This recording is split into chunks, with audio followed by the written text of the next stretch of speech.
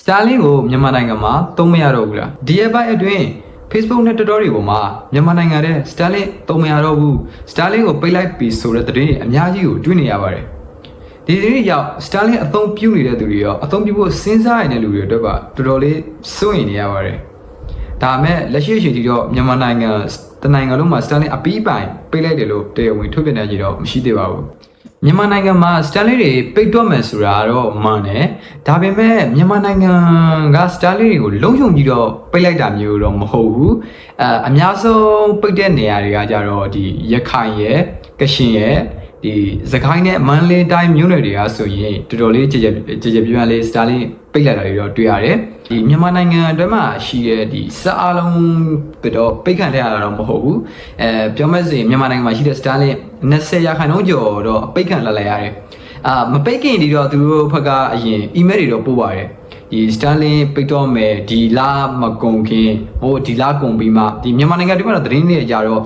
August 19ရက်နေ့ဒါမှမဟုတ်ဒီ July လဒီ29ရက်နေ့တော့ပိတ်မယ်လို့တော့သတင်းတွေထွက်တာတွေတော့တွေ့ရတယ်ဒါပေမဲ့အဲ့အကြတော့အတီးပြုလို့တော့မရသေးဘူးလို့ထင်တယ်ဥပမာဒီထားလိုက်ပါတော့မြန်မာနိုင်ငံအတွင်းမှာဆိုရင်ကျွန်တော်အသုံးများတဲ့ Sean 1 Sean 2 Starlink ဆက်တွေကိုကြည်ကြပြအသုံးပြုရတော့တွေ့ရတယ်ဘာလို့ဆိုတော့သူရဲ့ဒီ subscribe ခြင်းလာစီဝင်ကြီးကတခြားစက်တွေနဲ့ဆိုင်ရင်တော့တော်တော်လေးတန်လို့ပြောရတယ်အဲ့ဒီစက်တွေကိုမှတလားဟိုပေါ့ဒေါ်လာ100နဲ့150ကျားမှာရှိရယ်ဒါကတော့သုံးနိုင်တဲ့အမောက်လုံးမှာပဲရှိပါတယ်ဒါဆိုလူတော်တော်များများကပြောကြလိုက်မှတင်တယ်ဒါဆိုရင်လွန်ခဲ့တဲ့လတွေကကြတော့ဒီမြန်မာနိုင်ငံမှာ Starlink ဘာလို့အသုံးပြုရလဲပေါ့ဟုတ်ပါတယ်မှန်ပါတယ်အဲ့ဒါဘာလို့ဆိုတော့ဒီဥမာဒီအသီးမှန်ပြုထားခံရတဲ့နိုင်ငံနဲ့အသီးမှန်မပြုခံရတဲ့နိုင်ငံတွေကကွာပါတယ်ဟိုကမြန်မာနိုင်ငံဒီအာရှမှာဆိုရင်ထိုင်းတို့ဆိုတာကအသီးမှန်ပြုခံရတဲ့နိုင်ငံတွေဖြစ်တယ်အဲ့နိုင်ငံတွေကဒီမြန်မာနိုင်ငံအတွင်းကပါမြန်မာနိုင်ငံမှာတော့မပုံနေတာတွေတော့မရှိဘူးပြောစအသီးမှန်တော့မပြုခံရသေးဘူးဒါကြောင့်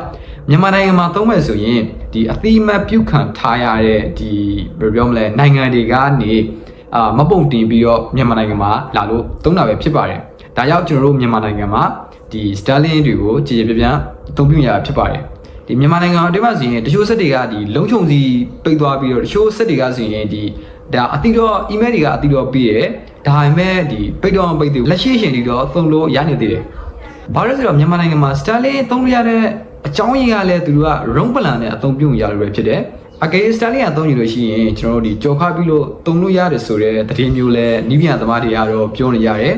အဲ့ဒါအကြောင်းရင်းတော့ဒီလိုရှိပါတယ်သူတို့ပြောနေတဲ့အဓိပ္ပာယ်ကကြတော့ဒီလိုမျိုးဥမာဒီသတ်မှတ်ထားတဲ့နေရာဥမာထိုင်းတွေကအနည်းဆုံးပြောမယ်ဆိုရင်မန္တလေးကြတော့ကျွန်တော်တို့အတိမပြုခံရတဲ့နေရာโอเค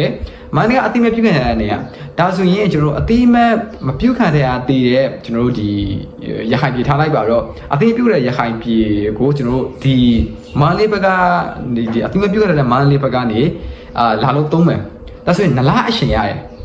နလားအရှင်ရတယ်အဲ့နလားအတော်အတွင်းမှာဒီသုံးရတယ်ကွာအဲ့နလားစီးတာနဲ့ဒီမာလေးကိုနောက်ထပ်တန်းဒီမာလေးကတော့သူကအသုံးပြုနေသေးတယ်ဆိုတာပဲအသိမှတ်ပြုတဲ့နေရာမှာအသုံးပြုနေဆိုပြီးရတယ်သူကဒီပြောစင်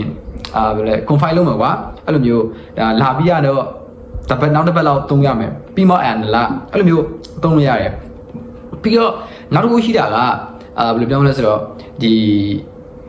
မြန်မာနိုင်ငံမှာ official သုံးမယ်ဆိုရင်တော့ဒီပတ်စံတော့နည်းနည်းလေးပို့ပေးရမှာတင်တယ်အခုမြန်မာနိုင်ငံမှာဒီ Starlink တနားယူဆိုရင်ဒီဟိုဘယ်လိုပြောမလဲပြင်းပြဖြစ်1000ဆိုပါတော့1000ဆိုပါတော့ဆိုရင်တနားယူ1000အဲ့ဆိုတော့ဒီဒေါ်လာတွေကအစမတန်တက်မှာကွာ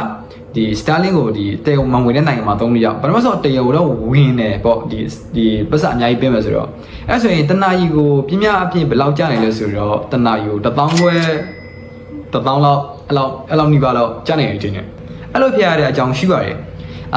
အမေရိကသမ္မတတွေကဒီ space company ကိုပေါ့ဒီ Starlink Rocket Space Company ကို